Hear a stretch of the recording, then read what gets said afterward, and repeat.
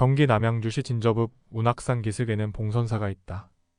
봉선사의 역사는 고려 시대부터 시작된다. 이 자리에는 고려 광종 때 법인국사 탐문이 창건한 운악사라는 절이 있었는데 여러 차례의 난리로 폐허가 된 것을 예종 때 정의왕후 윤씨의 명으로 세조의 영혼을 봉안하고자 다시 세운 뒤 선왕을 받드는 사찰이란 의미로 봉선사라 개칭했다. 1951년 한국전쟁 때 건물 대부분이 화재로 사라졌지만 1969년 주지 운어 스님의 주도로 큰 법당 등을 다시 지었다. 다시 지어진 봉선사는 사찰이 주는 위엄보다는 편안한 느낌을 주는 것 같다. 일주문을 지나 경내에는 연못과 카페 등이 있어 산책을 하는 가족 단위의 방문객이 많이 찾는 곳이다. I've seen a lot of change, been through a lot of pain. Some things are not the same as they were a year ago. But all will be okay, I move on each and every day. The past is where it stays, way back a year ago. I've changed for the better this time. I thought I would never be fine. I strive just to say I'm alright. And for the first time in a long time I'm alright. 한국전쟁 당시 건물 대부분이 화재로 소실되었지만 신통하게 살아남았다.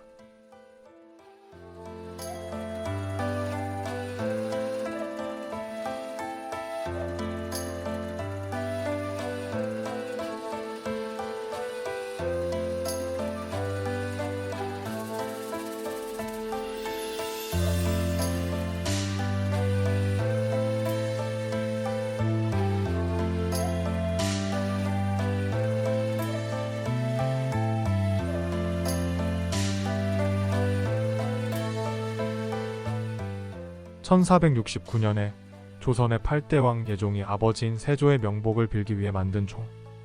세조가 잠들어 있는 광릉의 능침 사찰인 봉선사에 소장되어 있으며 현재 대한민국의 보물 제397호이다.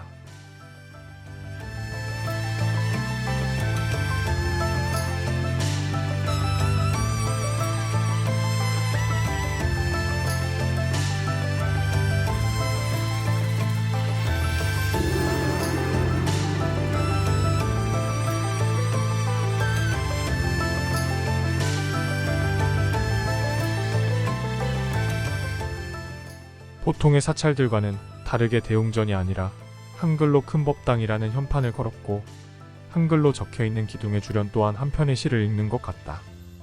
봉선사를 재건한 운어는 경전의 뜻만 알면 되는데 경전을 보기 위해 한문을 모르는 사람들이 굳이 한문을 공부할 필요가 없다는 생각을 가지고 있었고 이에 경전을 한글로 번역하는 작업을 많이 했다.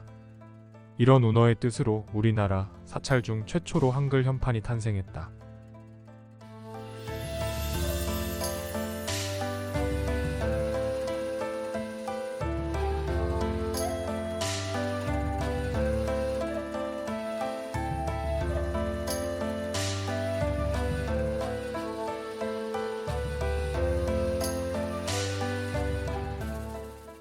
법당에서 내려오다 보니 어디서 본 듯한 관음상을 만났다.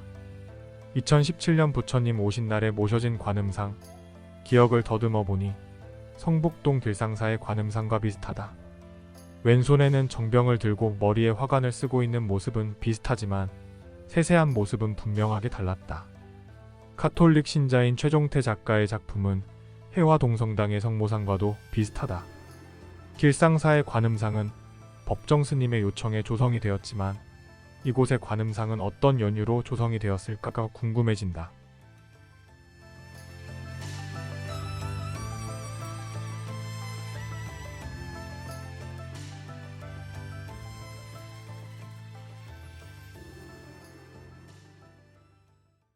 봉선사는 일제강점기엔 항일운동을 맹렬히 펼쳤던 스님들의 근거지이기도 하다. 봉선사 경내로 들어가는 일주문 옆에는 봉선사 부평리 3.1운동 만세 시위지 안내판이 있다. 봉선사의 스님들이 만세 시위를 계획하고 선언문을 제작을 한 곳이고 조선 독립단 임시사무소를 설치하여 독립 만세 시위를 주도하였던 사찰이다. 이 사건으로 태어 스님을 비롯한 4분의 스님은 체포되어 각각 1년에서 1년 6개월을 선고받았다. 태어 스님은 일제강점기에 대한민국 임시정부 국무위원을 역임하였다. 그런데 내려오다 들린 봉선사 역대 스님들이 모셔진 부도 사이에서 있어서는 안 되는 인간의 기념비가 보였다.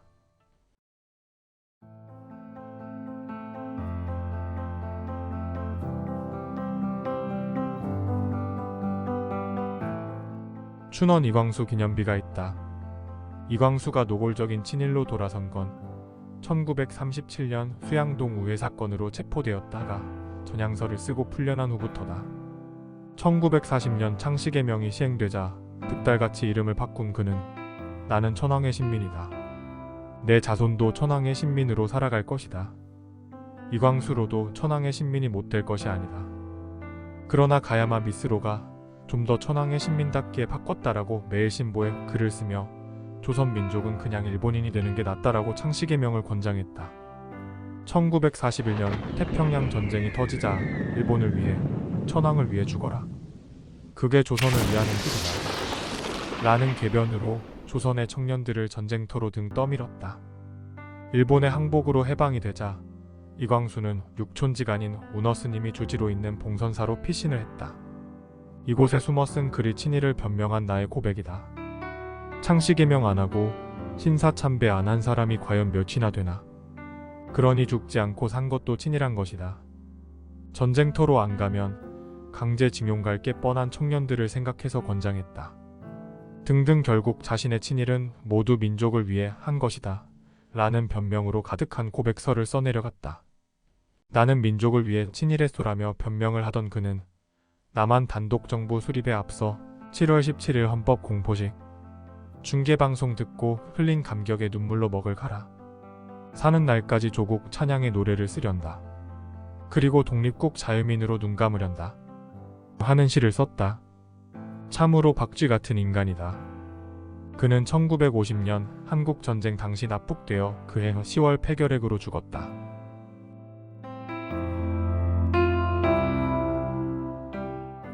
바늘로 찌르면 일본 피가 나와야 한다.